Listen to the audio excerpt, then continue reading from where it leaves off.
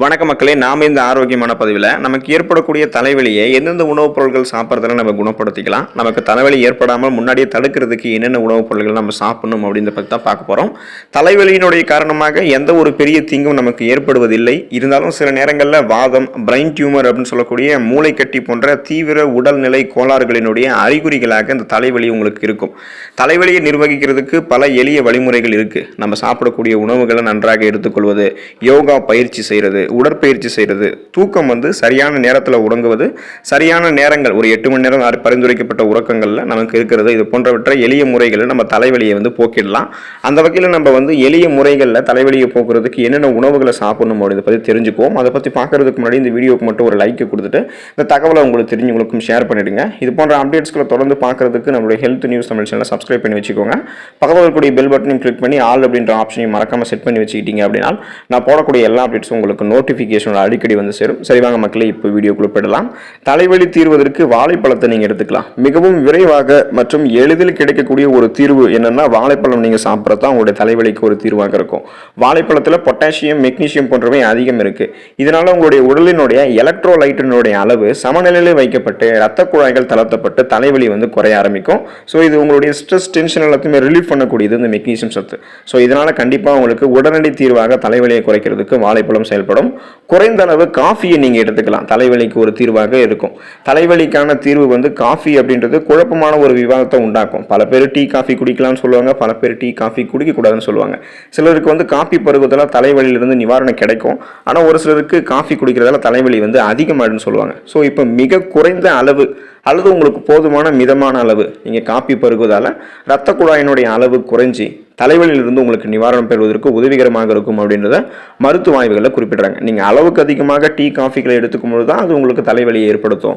குறைவான அளவோ அல்லது உங்களுக்கு போதுமான அளவுக்கோ நீங்கள் எடுத்துக்கும் பொழுது இந்த ப்ராப்ளம் உங்களுக்கு இருக்காது. தலைவலி உங்களுக்கு பார்த்தீங்கன்னா தீரதான் ஆரம்பிக்கும். காஃபிக்கு சிறுநீர் பிரிப்பு தன்மை இருக்கிறதால அதிக அளவில் நீங்கள் இந்த காஃபியை குடிக்கும் பொழுது நீர்சத்து குறைபாடு ஏற்பட்டு தலைவலியும் உங்களுக்கு அதிகரிக்குது. ஆகவே நீங்கள் காஃபியை குடிக்கும் போது அதனுடைய அளவையும் நீங்கள் கருத்தில் வச்சுக்கோங்க. கொஞ்சமாக குடிக்கிறதே உங்களுக்கு ரொம்ப ரொம்ப நல்லது தான். அல்லது உங்களுடைய போதுமான அளவுக்கு நீங்கள் எடுத்துக்கிறதும் நல்லதுதான். பேக் செஞ்ச உருளைக்கிழங்கு நீங்கள் எடுத்துக்கலாம். இது உங்களுடைய தலைவலியை தீர்க்கும். மது அருந்துவதால் ஏற்பட்ட தலைவலிக்கு குறிப்பாக உதவக்கூடிய ஒரு சிறந்த தேர்வு என்னன்னா பேக் செஞ்சப்பட்ட இந்த உருளைக்கிழங்கு தான். மதுவிற்கு சிறுநீர் பிரிப்பு தன்மை இருக்கிறதால நீர் சத்து குறைபாடு நமக்கு ஏற்படும். இதனால தலைவலி உண்டாகலாம். இதை ஹேங் ஓவர் அப்படின்னு சொல்லுவோம். ஆகவே பொட்டாசியம் அதிகமாக இருக்கக்கூடிய பேக் செஞ்சப்பட்ட உருளைக்கிழங்கு தலைவலியிலிருந்து நிவாரணம் பெறுவதற்கு ஒரு சிறந்த தீர்வாக இருக்கும்.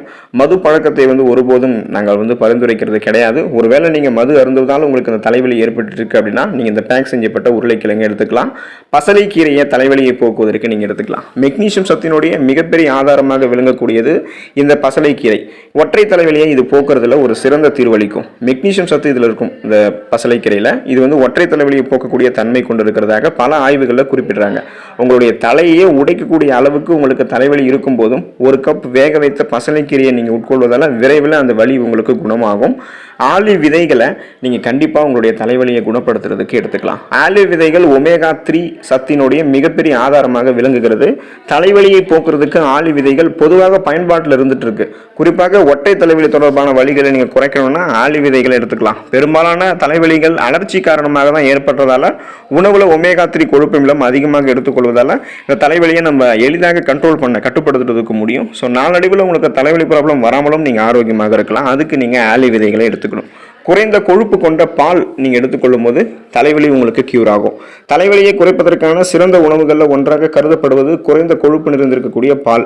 நீர் சத்து குறைபாடு காரணமாக தலைவலி ஏற்பட்டுச்சு அப்படின்னா குறைந்த கொழுப்பு பால் சிறந்த தீர்வு தருகிறது. இது மட்டும் இல்லாம பாலாடை நீக்கிய பாலில் கால்சியம் மற்றும் பொட்டாசியம் இருக்கிறதால சோடியத்தினுடைய தாக்கத்தை கட்டுப்படுத்தி ரத்த அழுத்த அளவில் கட்டுப்பாட்டில் வச்சு தலைவலி உண்டாவதை தடுத்துக்கலாம். ஸோ இந்த மாதிரி முறையிலையும் நீங்கள் உங்களுடைய தலைவலியை கண்ட்ரோல் பண்ணிக்கிறதுக்கு குறைந்த கொழுப்பு இருக்கக்கூடிய பாலை எடுத்துக்கலாம். கொழுப்பு நிறைந்திருக்கக்கூடிய மீன்களை உங்களுடைய தலைவலியை போக்குவதற்கு நீங்கள் எடுத்துக்கலாம். சால்மன் மீன், டுனா மீன் வகைகள் தலைவலியை குறைக்க உதவக்கூடிய 2 சிறந்த உணவுகள். ஒமேகா 3 கொழுப்பு அமிலங்கள் பி விட்டமின்களாக B6 அப்புறம் விட்டமின் B12 போன்ற இந்த எல்லா விட்டமின்களுமே மீன்கள் இருக்கிறதால தலைவலி எதிர்த்து சிறப்பாக செயல்படுவதற்கு உங்களுக்கு நிவாரணம் அளிக்கும். மேலும் கடல் உணவுகள் அந்த சீ ஃபுட்ஸில் ஒமேகா 3 கொழுப்பு அமிலங்கள் அதிகமாக இருக்கிறதால மூளையில் உண்டாகக்கூடிய அலர்ச்சி குறையிறதுக்கு உதவிகரமாக இருக்கும். ஆகவே அடுத்த முறை உங்களுக்கு தலைவலி வந்து ஏற்படாமல் இருக்கணும் அப்படின்னா சீ ஃபுட்ஸை இப்போ இருந்தே நீங்கள் சாப்பிட்றதுக்கு ஒரு பழக்கமாக உங்களை வச்சுக்கோங்க. இஞ்சியை நீங்கள் எடுத்துக்கலாம், உங்களுடைய தலைவலி உங்களுக்கு பறந்தோடிடும். அலர்ச்சி எதிர்ப்பு மற்றும் அலர்ஜி, அதாவது ஒவ்வாமை எதிர்ப்பு பண்புகளை எல்லாமே இஞ்சி கொண்டு இருக்கு. இந்த பண்புகள் தலைவலியை குறைக்கிறதுக்கு உதவிகரமாக இருக்கு. குறிப்பாக சளியால் உண்டாகக்கூடிய தலைவலியை போக்குவதற்கு இஞ்சி ஒரு சிறந்த மருந்து. உங்களுக்கு தலைவலி அதிகமாக இருக்கும்போது ஒரு துண்டு இஞ்சியை நீங்கள் எடுத்து வாயில போட்டு மெல்லுவதால ஓரளவுக்கு உடனடி நிவாரணம் கிடைக்கும் அப்படின்றத மருத்துவர்கள் குறிப்பிடுறாங்க. எள்ளு நீங்கள் எடுத்துக்கலாம், எள்ளு உங்களுடைய தலைவலியை கியூர் பண்ணும். விட்டமின் இ மற்றும் மெக்னீசியம் போன்ற சத்துக்கள் எள்ளு விதைகள்ல அதிகமாக இருக்கிறதால ஈஸ்ட்ரோஜனுடைய அளவு சீராக்கப்பட்டு தலைவலி குறையுது. குறிப்பாக மாதவிடை காலங்களில் இது ஒரு சிறந்த தீர்வாக பெண்களுக்கு இருக்கும். எள்ளு விதைகள் உட்கொள்வதால ரத்த ஓட்டம் மேம்பட்டு தலைவலி தடுக்கப்படுகிறது.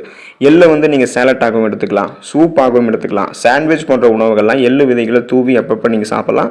எள்ளு நீங்கள் வறுத்தும் சாப்பிடலாம். எந்த மாதிரி உங்களுடைய உணவுகள் நீங்கள் இந்த எள்ளை சேர்த்துக்கிட்டாலும் தலைவலி உங்களுக்கு வந்து பார்த்தீங்கன்னா வராமல் தடுக்கப்படும், குணமும் படுத்தப்படும். தயிரை நீங்கள் போதுமான அளவு எடுத்துக்கொள்வதன் மூலம் உங்களுடைய தீவிரமான தலைவலியை நீங்கள் குறைச்சிக்கலாம். சில நேரங்களில் கால்சியம் குறைபாடு காரணமாக மூளையில் தலைவலி உங்களுக்கு அதிகமாகலாம். கால்சியம் அதிகம் இருக்கக்கூடிய உணவுகளான கொழுப்பு அல்லாத மற்றும் சர்க்கரை சேர்க்கப்படாத இந்த தயிர் வந்து உங்களுடைய குடலுக்கு நன்மை அளிக்கக்கூடியதாக எந்த அளவுக்கு இருக்கோ அதே போல் தலைவலியை போக்குறதுக்கும் இது ஒரு சிறந்த தீர்வாக இருக்கும். ஸோ இந்த உணவுகளை நீங்கள் தொடர்ந்து தவறாமல் உங்களுக்கு தலைவலி ஏற்படும் போது எடுத்துக்கிட்டு இருக்கீங்க அப்படின்னா அந்த தலைவலியை நீங்கள் கியூர் பண்ணிக்கலாம். அது ஒரு பிரச்சனையே கிடையாது. நாளடைவில் தலைவலி வராமல் இருக்கிறதுக்கு உங்களுடைய ஒர்க்கை வந்து ஸ்ட்ரெஸ் டென்ஷன் இல்லாமல் வச்சுக்க பாருங்கள். ஸோ அதுதான் நம்மளுடைய ஒர்க்கு வந்து ஸ்ட்ரெஸ் டென்ஷனாக இருக்கிறதா நம்மளுக்கு தலைவலி ஏற்படுறதுக்கு அதிகமான காரணம். இன்னொரு முக்கியமான காரணம் நீர் சத்து நம்மளுடைய உடலில் குறைவதால தான் தலைவலி ஏற்படும். அப்போ நீர் சத்து நிறைந்திருக்கக்கூடிய உணவுப் பொருட்களை வந்து தேடி நீங்கள் சாப்பிடணும். தர்பூசணி பழம்லாம் எடுத்துக்கிட்டிங்கன்னா 90% நீர் சத்து தர்பூசணி இருக்குது. இளநீர், முலாம்பழம் இது போன்ற உணவுகளில் பழங்களை நீங்கள் சாப்பிடுங்க. நீர் சத்து நிறைந்திருக்கக்கூடிய உடலமைப்பாக உங்களுடைய உடலமைப்பை மாற்றிக்கிறது மூலமாக தலைவலியை நீங்கள் கியூர் பண்ணிக்கலாம். தலைவலி ஏற்படும் போது இந்த உணவுகளை சாப்பிட்டு உங்களுடைய தலைவலியை கியூர் பண்ணிக்கங்க. நாளடைவில் தலைவலி வராமல் இருக்கிறதுக்கும் என்னென்ன சாத்தியக்கூறுகள் இருக்கும் அதெல்லாம் நீங்கள் செஞ்சுக்கிட்டீங்கன்னா ஆரோக்கியமாக இருக்கலாம். ஸோ அடுத்த ஆரோக்கியமான பதிவில் மறக்காமல் சந்திப்போம். நன்றி மக்களே.